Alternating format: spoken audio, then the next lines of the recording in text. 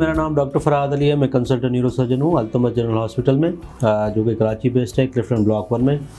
आज मेरा topic of discussion है बच्चों के पैदाइशी फोड़े, चाहे वो सर के ऊपर हो जिनको हम एन्सेफेलोसील कहते हैं, या कमर के ऊपर हो जिनको हम मेनिंजोमाइलोसील कहते हैं या लाइपोमाइलोमेनिंजियल कहते हैं। तो इस तरह के जो फोड़े बच्चों के होते हैं वो ज़्यादातर उन माओं में होते हैं। उन माओं में जब वो माएँ जो बच्चे पैदा करती हैं जिनकी फोलिक एसिड की कमी होती है, या कज़न मैरिजेस जिनकी होती है, जिनकी फैमिलीज़ में इस तरह के बच्चे एब्नॉर्मल बच्चे पैदा हो रहे होते हैं, तो ये इस तरह के बच्चे पैदा होते हैं।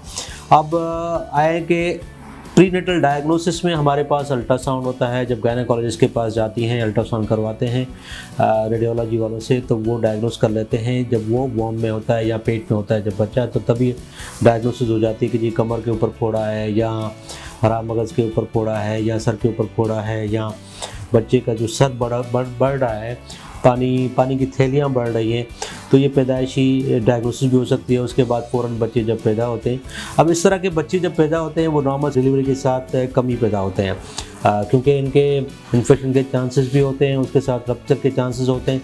तो इनको ना सीजरियन सेक्शन के थ्रू बच्चे इस तरह के पैदा होते हैं। उसके बाद जब ये फ़ौरन पैदा होते हैं, फ़ौरन पैदा में कुछ इनमें से जैसे मेनिंजोमाइलोसील है, तो इस तरह के जो फोड़े होते हैं इनको ना अर्जेंट बेसिस पे ट्रीट करना पड़ता है, मगर डिपेंड करता है कि बच्चे का वज़न कैसा है, बच्चे की सेहत कैसी है, बच्चे को और एब्नॉर्मलिटीज़ तो नहीं है, चाहे वो ब्रेन मैटर की हो, चाहे वो हड्डियों की हो, चाहे वो पेट की हो। इस तरह के बच्चों में और बहुत सारी अलामात होती हैं।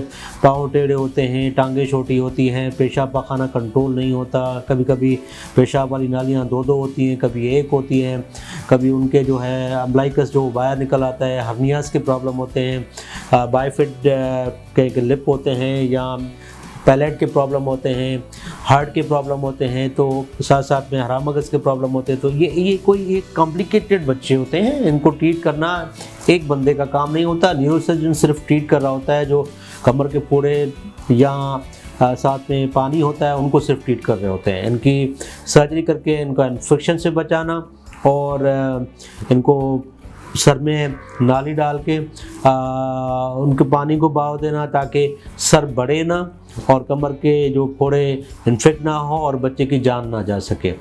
इसके अलावा जो अलामत होती है वो उसमें यूरोलॉजी वाले इन्वॉल्व होते हैं, आर्थोपेडिक सर्जन इन्वॉल्व होते हैं, कार्डिक सर्जन्स या कार्डिक फिजिशियंस इन्वॉल्व होते हैं, प्लास्टिक सर्जन्स इन्वॉल्व होते हैं। तो बहुत सारे डॉक्टर्स इसमें इन्वॉल्व होकर इस बच्चों को ट्रीट कर होते हैं। इससे समझे कि ये कॉम्प्लिकेटेड बच्चे होते हैं। सो इनसे सबसे बचने के लिए माओं के लिए एक नसीहत भी है और सोसाइटी के लिए एक नसीहत भी है। तो कज़न मैरिजेस कम से कम कर लें, अगर कर रहे हैं तो इनकी पहले अर्ली स्क्रीनिंग करवा लें। और साथ साथ में अगर माएँ जब इस तरह के बच्चे पैदा करती हैं या फैमिलीज़ में प्रॉब्लम है, तो फोलिक एसिड आप अपनी डाइट में ले लें। एक रेगुलर डाइट आप समझें कि ये रेगुलर डाइट है जब इस तरह की आपको फैमिलीज़ में प्रॉब्लम्स हो रही हैं। अगर आप ये लेंगे तो आप इस तरह के एब्नॉर्मल बच्चे पैदा करने से आप गुरेज करेंगे।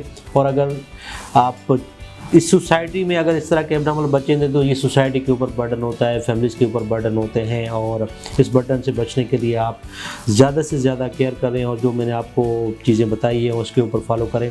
अगर कोई न्यूरोसर्जन की ज़रूरत होती है आपको, अगर इस तरह के बच्चे पैदा होते हैं या न्यूरोसर्जन की नीड हो, तो आप हमारे पास यहाँ अल्तमश जनरल हॉस्पिटल में आके चेकअप करवा सकते हैं। मेरी ओपीडीज़ हैं मंडे, थर्सडे और सैटरडे 6 से 7 बजे। इसी दौरान आप विज़िट कर सकते हैं। कोई भी मसले मसाइल हो आप डिस्कस कर सकते हैं। इंशाअल्लाह ताला आपसे ताउन किया जाएगा।